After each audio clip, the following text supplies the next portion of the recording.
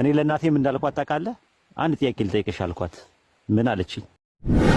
ነው አላህ ይጨምርልህ። ለእኔ ብሰልም ወንድሜ ብትሆን የሙስሊም ወንድሜ አብረን ጀነት የምንገባው ምናምን በጣም ነው ደስ የሚለኝ። ወላሂ አላህ በሚያውቀው ጥሩ ነገር ስለምመኝልህ። እኔ ለእናቴም እንዳልኳት ታውቃለህ፣ አንድ ጥያቄ ልጠይቅሽ አልኳት። ምን አለችኝ? አንድ በጣም የምትወጂውን ሰው አልኳት። ምንድነው በጣም የምትወጂውን ሰው አልኳት። በጣም የምትወጂውን በቃ አለ ብዬ የምወደውን ሰው የምትወጂውን ሰው በጣም የምትወጂውን ነገር አሰጪውም ወይስ ትሰጪዋለሽ ብዬ ጥያቄ ያቀረብኩላት። ከዛ እሰጠዋለሁ አለች። እኔ ደግሞ በጣም የምወደው ነገር እስልምናዬን ነው፣ በጣም የምወደው ደግሞ አንቺን ነው። በቃ ልሰጥሽ የምችለው ነገር ይሄን ብቻ ነው ምናምን ስላት ማን አየው ከሞት በኋላ ህይወት ማን አይቶት ነው ምናምን ማለት ጀመረች። በቃ አሪፍ ጥያቄ ነው ጠየቅሽኝ አልኳት። አስቢው አልኳት። አላይክ ቻርጅ ሆኖ ስፐርመን ሴልና ኤክሴል ፈርቲላይዝ ተደርጎ እናትና አባትሽ ፈርቲላይዝ አድርገው ወደዚህ ዓለም ስትመጪ ያ ያመጣሽ አምላክ አስቢው አልኩሽ። የለሽም ነበረ። እኔን ደግሞ አስቢኝ አልኳት።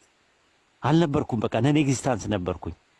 በቃ ይሄንን ነገር እያየሽ ሞቶ ስለመቀስቀስና ከሞት በኋላ ህይወት የትንሣኤ ቀን የፍርድ ቀን የሚባል ነገር ማመን በጣም ቀላል ነው አልኳት።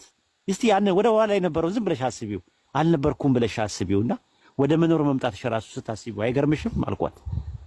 እንደው እኔን ራሴ አስቢ፣ ሌላው ነገር ተይ፣ በቃ ነን ኤግዚስታንስ እኮ ነበርኩኝ። በቃ ከአብራክሽ ተገኝቼ እንደው ፈጣሪ ይሄንን ነገር አላህ እንደው ይሄንን ነገር ማስገኘቱ ካለመኖር ወደ መኖር ማምጣቱ እንደው ይህ እንደው እሱ አይገርምም? ግን ከትንሣኤ ይልቅ ትንሣኤ እኮ በጣም ቀላል ነገር ነው አልኳት።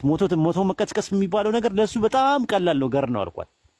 ገረማት ሁላ ምናምን ነገርና አንዳንድ ጊዜ እኛንም ተረዳን ስሜታችንን። የምር እኔ ጃቢር ምናምን ነገር የምር ምናወራ የማሸነፍና የመሸነፍ ራሳችንን የማተለቅና አንተን ደግሞ የማዋረድ ራሳችንን አዋቂ አድርገን ሌላው ማይም የማድረግ አይደለም። የምር ሌላ እኔ የምመኝልህ ነገር አንድ በጣም የምታከብረውን ሰው ሁልጊዜ የምትመኝ አላህ ነው የሚጨርሰው። የልብን የውስጥን ከአላህ ጋር ነው የሚጨርሰው። ግን እኔ እስልምናን እመኝልሃለሁ።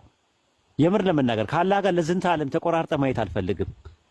ኩፍርና ሽርክ ከአላህ ጋር ለዝንተ ዓለም ያቆራርጣል። ያ ጀማ እዚህ የምታዳምጡ ክርስቲያኖችም ካላችሁ ማለት ነው።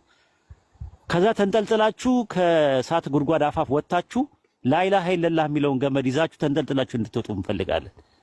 ይሄ ነው ምኞታችን። ሌላ ምንም ነገር እንትን የለውም። ከበስተኋላ ምንም ተልእኮ የለውም። ፖለቲካል አጀንዳ የለንም። የኢኮኖሚ አጀንዳ የለንም። እንቅልፋችንን እያጣን ጊዜያችንን እየሰዋን የቤተሰባችንን ጊዜ መስዋዕት አድርገን የምንመጣው ባለን ጊዜ ግን የምንመጣው እዚህ እናንተ ጋር የምንገኘው ሌላ አንድና አንድ ነው። ያቺን ገመዷን ተንጠልጥላችሁ እንድትወጡ ነው። በቃ አንተ እኮ ራስ እስቲ ቤሪያዬ እስቲ አንድ ሰው ራሱ ባጠገብህ ያለ ዘመድ